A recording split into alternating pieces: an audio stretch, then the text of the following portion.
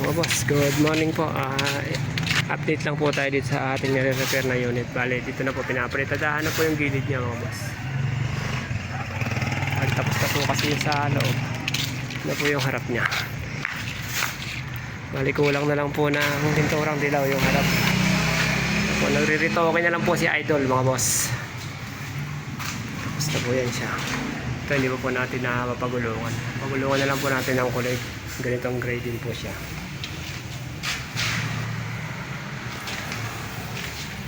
Tapos na po yan. Ito po pinaglalagay na po natin yung mga yung mga attachment niya na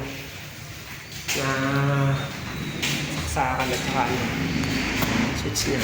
Ito na lang po. Ano po natin yung breaker. Ay, nabili na po natin yung breaker niya. Tapos na rin po yan siya. Pinturado na po yan siya. Tapos ito yung ilaw. Ito po yung mga switch po niya. Nakikabit na po natin. CR ka na din po. Bali po kayo pa po ang kulang yan. Ikabit na po natin yung switch. Tapos yung ball po. Nakabibili lang po natin kahapon. Yan po yung ball niya. Kabilang unit po ito. Ano po siya. Mag-grout na po siya lahat. Pinturado na. Yung pinaka-exhaust niya labas mga boss. Para kasi wala pong exhaust ito. Nilagyan po natin siya ng tubo na D4 doon. Para kung ano po. Pero po hangin na papasok at lalabas dito. Yung kakabit po natin yung ball mamaya.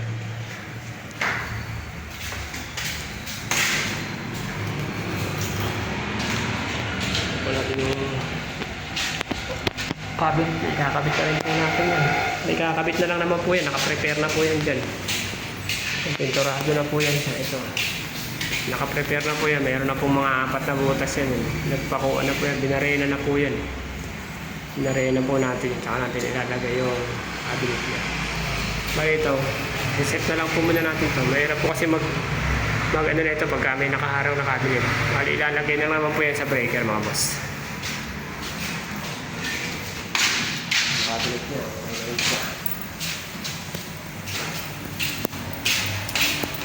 Mga pintuan niya na okay na rin po.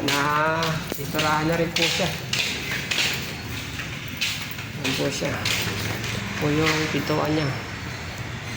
Iturahan na po yan siya. Kakabit na lang po yan. Pwede yung kabila ito po. Yung sa may kabilang unit, may salamin. Saglit na lang po na may kabit yan. Ito na po yung mga switch na pagkakabit na rin po natin. Yung mga pintuan niya rin po. May kabit na natin yung pintuan. Pintana, mayroon rin po salamin. Po, ayos na po yan siya. May kabit na po yun dito. Malito, gripo na lang po ang kulang niya. Gripo. Tapos, yun sa CR niya, pintuan. Ikakabit na lang rin po yan. Nakaprepare na rin po yan. Yan po, may mga bisagra na po yan. Yan po. Ay, lagay na po natin yung mga bisagra niyan. Ganoon din po yung kabila. Ikakabit na lang din po yan. Bali na, i-prepare na po natin lahat yan.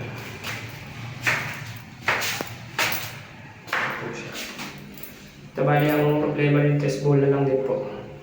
Ito po yung gripo niya. Bali, yan din po, may exhaust din po yan. Lagyan din po natin ang exhaust yan. Doon din po yan sa labas.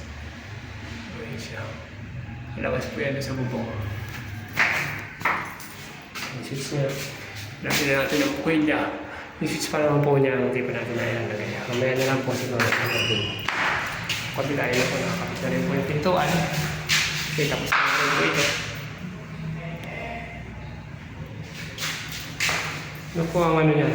Switch niya. Meron na isang buhay niya. Bali, ang kulang na naman ito, salamin na lang po talaga. Salamin na lang. Ilagay na natin yung saksakan na.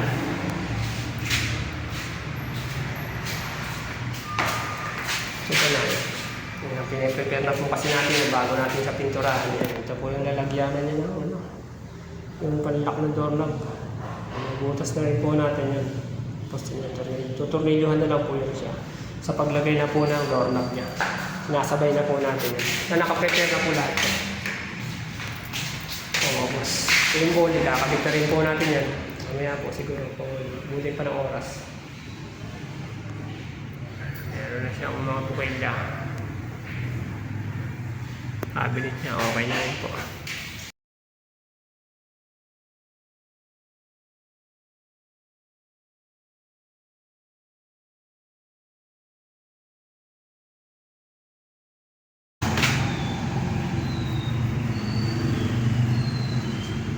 Mga boss, update na lang po ulit tayo mga boss.